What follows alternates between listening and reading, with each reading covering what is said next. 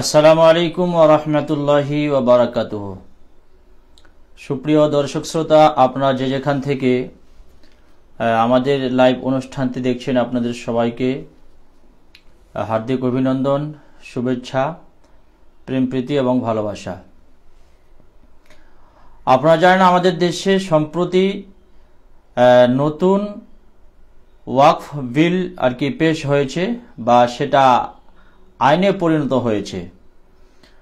Rail এবং সেনাবাহিনীর পর তৃতীয় বৃহত্তম এই ওয়াকফের সম্পদ রয়েছে। সব থেকে বেশি আছে রেল ডিপার্টমেন্টে এবং তারপরে সেনাবাহিনী, এবং তৃতীয় বৃহত্তম যে সম্পত্তি সেটা হচ্ছে ভারতের ওয়াকফ সম্পত্তি, যেটা শুধুমাত্র মুসলিমদের দ্বারাই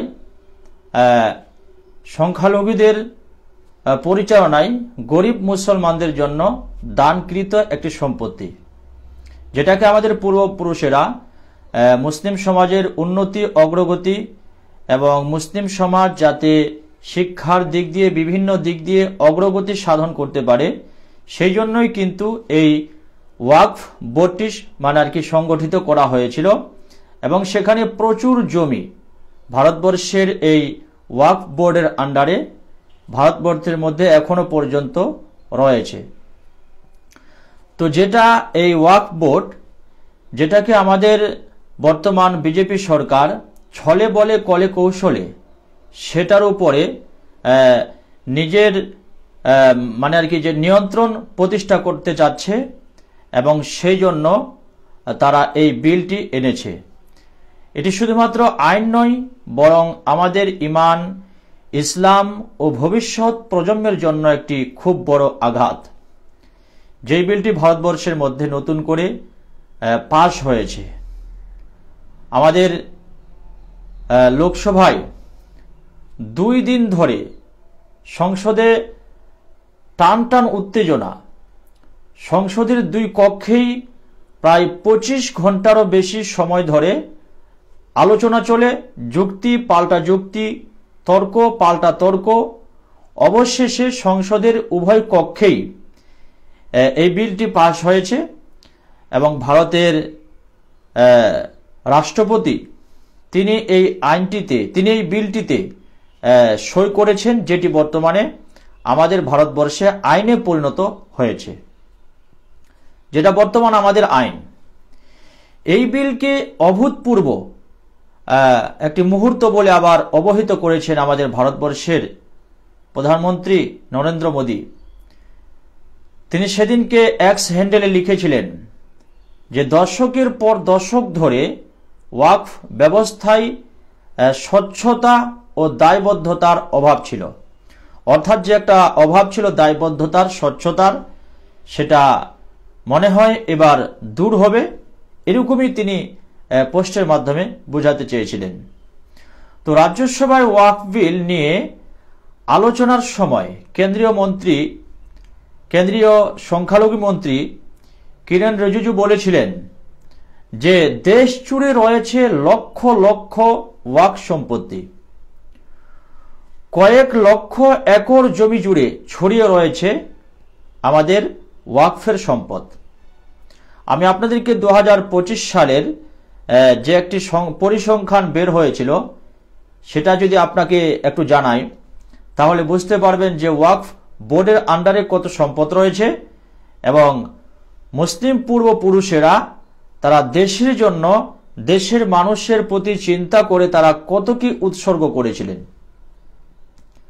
2025 সালের 14 মার্চের হিসেব বলছে দেশ জুড়ে 8.72 লক্ষ নথিভুক্ত ওয়াকফ সম্পত্তি রয়েছে, যা 38 লক্ষেরও বেশি একর জমি জুড়ে বিস্তৃত রয়েছে। চিন্তা করছেন কতটা ওয়াকফ সম্পদ রয়েছে, যেখানে যেই ওয়াকফ বোর্ডের আন্ডারে 1,17,413টি মসজিদ রয়েছে। কতগুলো মসজিদ?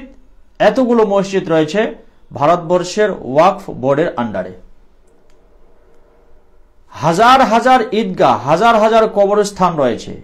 কৃষি জমি রয়েছে 1,04,100 কৃষি জমি রয়েছে, ভারতবর্ষের কৃষি জমি রয়েছে 1,49,951টি কৃষি জমি,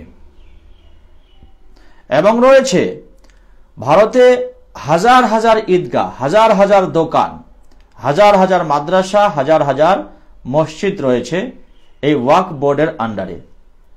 90,000 বাড়ি রয়েছে, স্কুল রয়েছে 2042টি ওয়াকফ বোর্ডের জমিতে।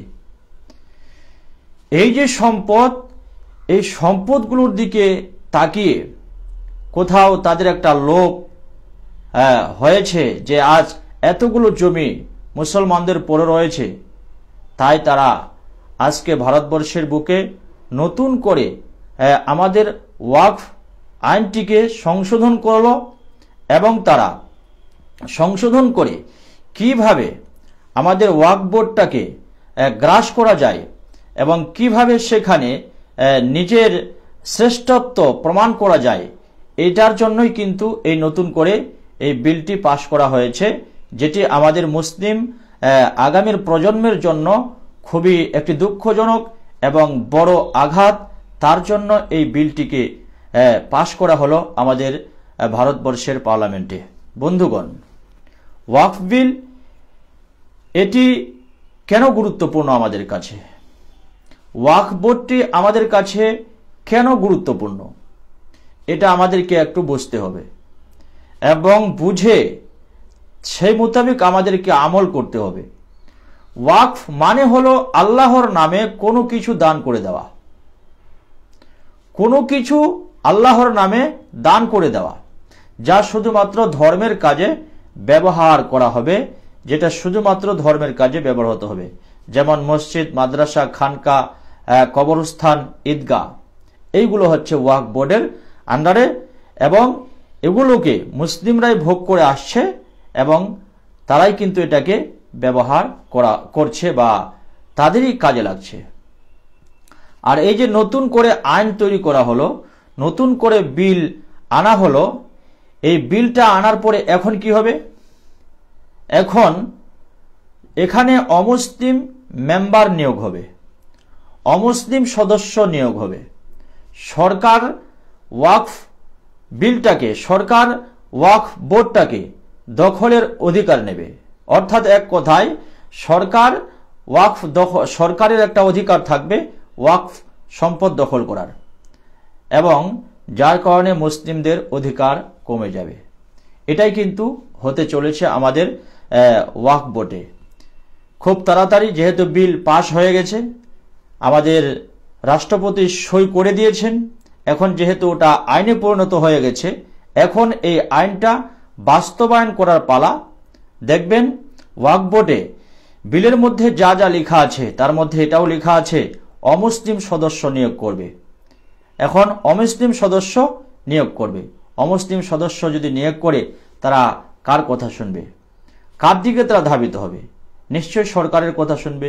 এবার সরকার তখন ফয়সালা নেবে, ওই অমুসলিম সদস্যরা তখন ফয়সালা নেবে কোন মসজিদটা রাখা যাবে, কোনটা রাখা যাবে না, কোন মাদ্রাসা কোথায় কি আছে না আছে, এগুলো তখন তাদের আওতায় চলে যাবে এবং তারা সেই মোতাবেক কাজ করবে।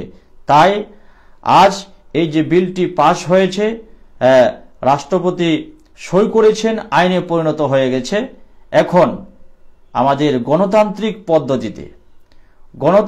পদ্ধতিতে এই বিলের বিরোধিতা করতে হবে, সংবিধান রক্ষা করতে হবে, নইলে আমাদের আগামী প্রজন্ম, আমাদের আগামী ভবিষ্যৎ খুবই বড় একটা সমস্যায় পড়ে যাবেন এবং তাদের প্রতি, আমাদের প্রতি খাস করে একটা বড় আঘাত চলে আসবে।